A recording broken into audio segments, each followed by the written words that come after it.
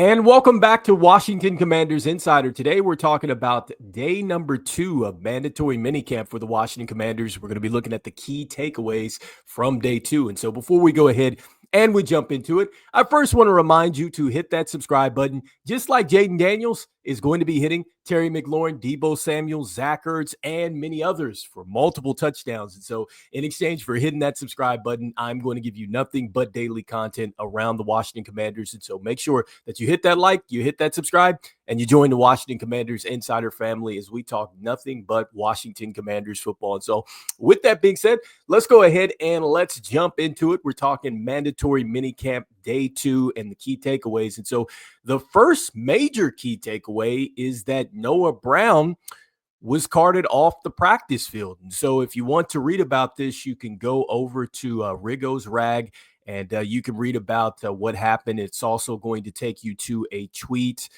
to a writer that writes about the Washington Commanders and just talking about it a little bit more as to what happened. And so within that article, it says that he went and made a catch and fell down and secured that catch. And then after that, stayed down for a little bit is what it says in the tweet. He slowly walked off and then was carted off the field. And so Noah Brown being carted off the field is a big deal because last season he ended his season injured. He didn't get a chance to finish it. And I think that had Noah Brown been out there, he really could have been a major for this team in their playoff run. Noah Brown did catch that Hail Mary pass, which was huge for the Commanders against the Chicago Bears.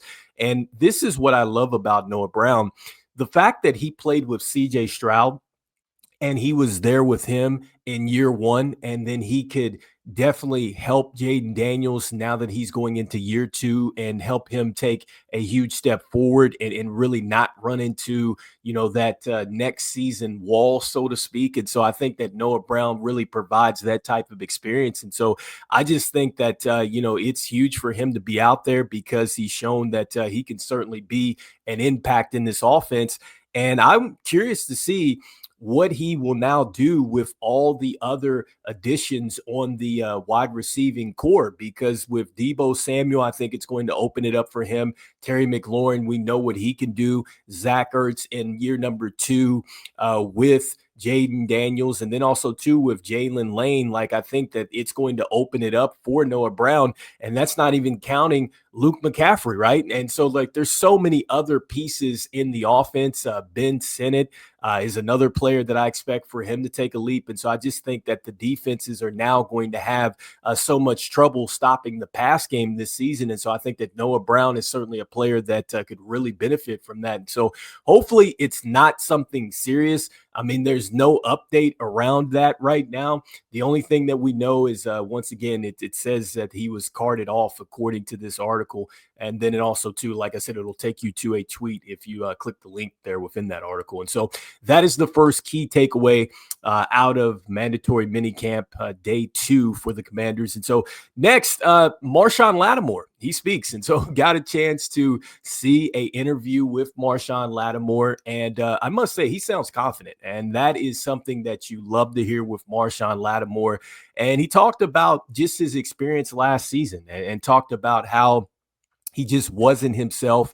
He could tell on film that he just wasn't, playing at the same type of speed that he wanted to, and understandably so, with the hamstring injury. And so he talked about his offseason and how he really feels good right now, how he's got some good burst. He's feeling really explosive out there. He talked about Trey Amos and how his technique looks really, really good and how he's thinking that he's going to be really good for the Commanders this season. And so that was good to see. Marshawn Lattimore just giving Trey Amos the nod there. And then, like I said, the most important thing that comes out of this is that Marshawn Lattimore sounds very confident. Now he's come back. He feels healthy and everything else. And so this is something that we talked about in yesterday's video, the fact that he's looking good with the burst and everything else. And so it's great to see that he's come back to the mandatory mini camps. I know a lot of people wanted to see him out there at the OTAs. I would have loved to see him out there. But at the end of the day, if he's right, he's ready to go. He understands that at the end of the day, it's a marathon and not a sprint. Then you have to respect that. And so I think the bottom line for Marshon Lattimore is really just understanding the playbook, understanding the schemes, understanding the checks and everything else that is being ran on defense, because I think that that's going to go right along with his traits that he has as a corner. And we know he can be spectacular in this league when he's on it. So good signs from Marshon Lattimore. And so next, we got a chance to hear something here from Dorrance Armstrong. And so Dorrance Armstrong, he's talking about giving back to the game because there were, I think, over 100 high school coaches. That's what Dan Quinn had said. And so a lot of high school coaches out there, observing practice, and hopefully Dan Quinn got a chance to help those guys out. And so they talked about giving back to the community. So that was good. And then he also talked about the focus on stopping the run, which was great as well, because we know that is something that this defense must get better at in year 2 if they're going to take a huge step forward. And so next, I want to go ahead and jump into what Austin Ekeler had to say. And so Austin Ekeler coming into year 9, and he was just talking about wanting to get better. That's what it's all about, having that drive to get better. And speaking about DQ and talking about Dan Quinn and just really how he coaches up the brotherhood aspect and the chemistry aspect of a football team, and saying that, hey, if these high school coaches can just get 5 minutes with him and get that information from Dan Quinn, he feels like that's something that can go a long way. And so, that's great to hear from Austin Ekeler. And I think that really gives you just really an understanding of why the Washington franchise has changed so much in such a short time. It's because Dan Quinn has really come in, and the staff and everybody else from the top down to the bottom, so talking about the front office down to the field, it's just been a complete change as far as just how relationships are built and how, it all comes together for a cohesive unit. And so it was great to see that from Austin Ekeler. And this is why, you just feel confident with this team moving forward, because it's something that everybody continues to talk about. And so next, he talks about being on the same page with Jaden Daniels and the same offense. And so he was asked about that, and he said that he had just had a conversation with Jaden Daniels. And he was saying, like, it's great to come in and you have the same offense. It helps because everything else kind of slows down in that next year, so to speak. And you could definitely see that, because if you're coming into a system, you already know what's going on. Yes, you're going to have additions to the football team. Yes, you're going to have some added plays and things like that. But still, if you understand the philosophy, you understand, just the basics of things, it's probably not going to be too much of a big deal for these players who were there last year, and you're just adding on. And so, the fact that so many players are returning, I think that is going to help this team as far as moving forward this next season. And so that was great to see. And so next, just some of the brief observations that I got a chance to see in some of these highlight clips and stuff like that. This was something that I saw on Bowie TV, their clips. And so I was looking at one of the drills that the running backs were doing, and it looks like that they were doing some boundary work where they were coming out, and then they would go over and they'd have to make a catch. And then they were working on their feet placement, and then also to catching the ball. And so, look, the running backs looked very good out there. And so they looked terrific. I think that Chris Rodriguez, man, he looks like he's in some great shape. Looks like he slimmed down a little bit. Ja'Cory Krosky-Merritt showing his hands.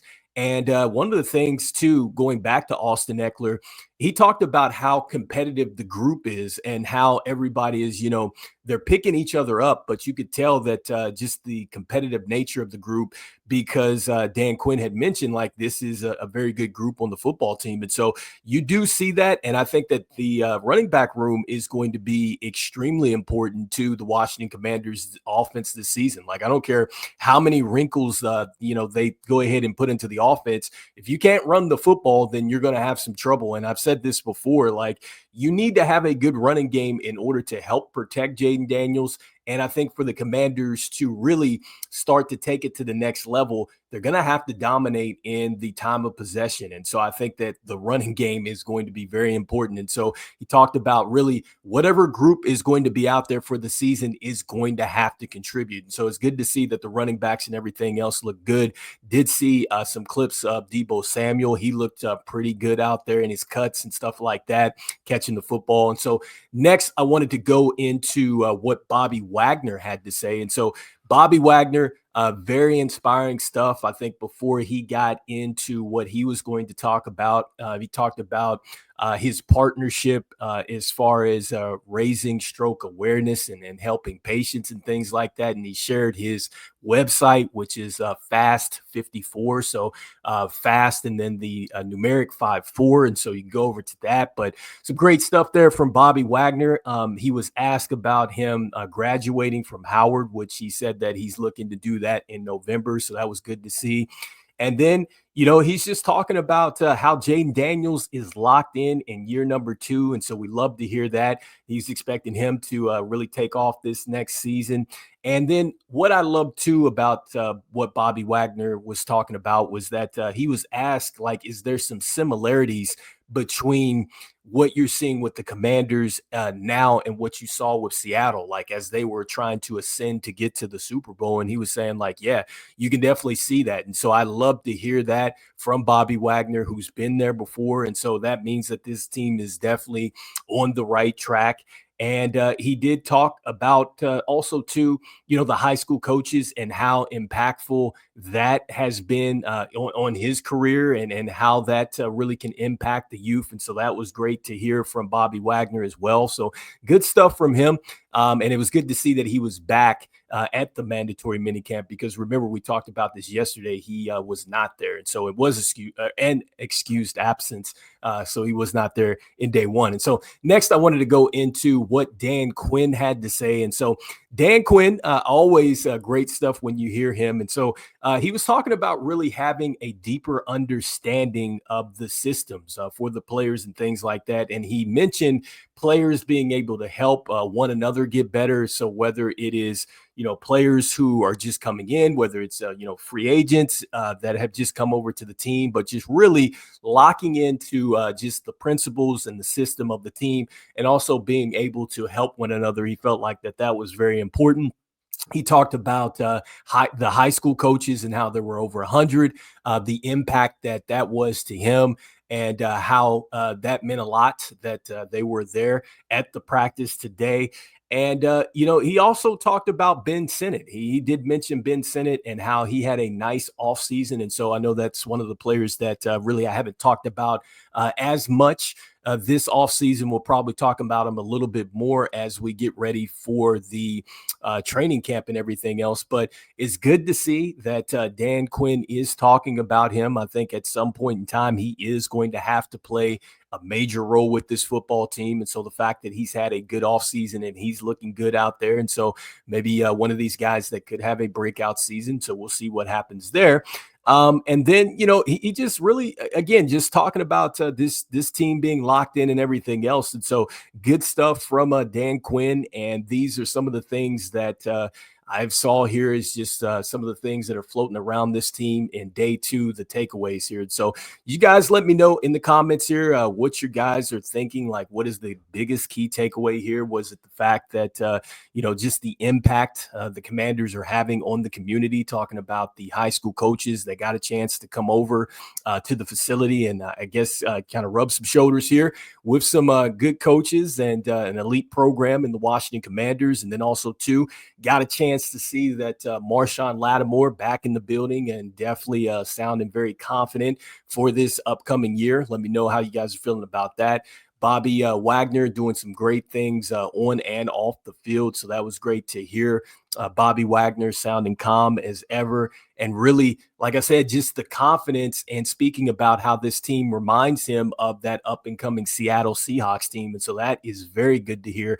Next, good to hear from Austin Eckler, right? Because Austin Eckler dealt with the injuries. He's sounding like he's pretty ready for the season and ready to go out there. And so he's certainly not ready to give up his job. So he's talking about that competitive nature that they have in the running back room. But it sounds like he's ready to get going too as well. So Austin Eckler sounding great about this upcoming season. And then lastly, what are we thinking here with what Noah Brown is going through, or what happened to him, I guess, in today's practice. And so once again, if you didn't get a chance to see this, Noah Brown was carted off the field. I did not see any other injury update right now, so we'll definitely probably be talking about that in tomorrow's video. Maybe we get a short out if there is an update, but went up for a catch, I guess, went up and fell down with the catch. So I guess he made the catch, and then after that, he was down for a little bit, got up, walked off slowly from what I see, and then was carted off the field. So we'll see what happens with Noah Brown. And so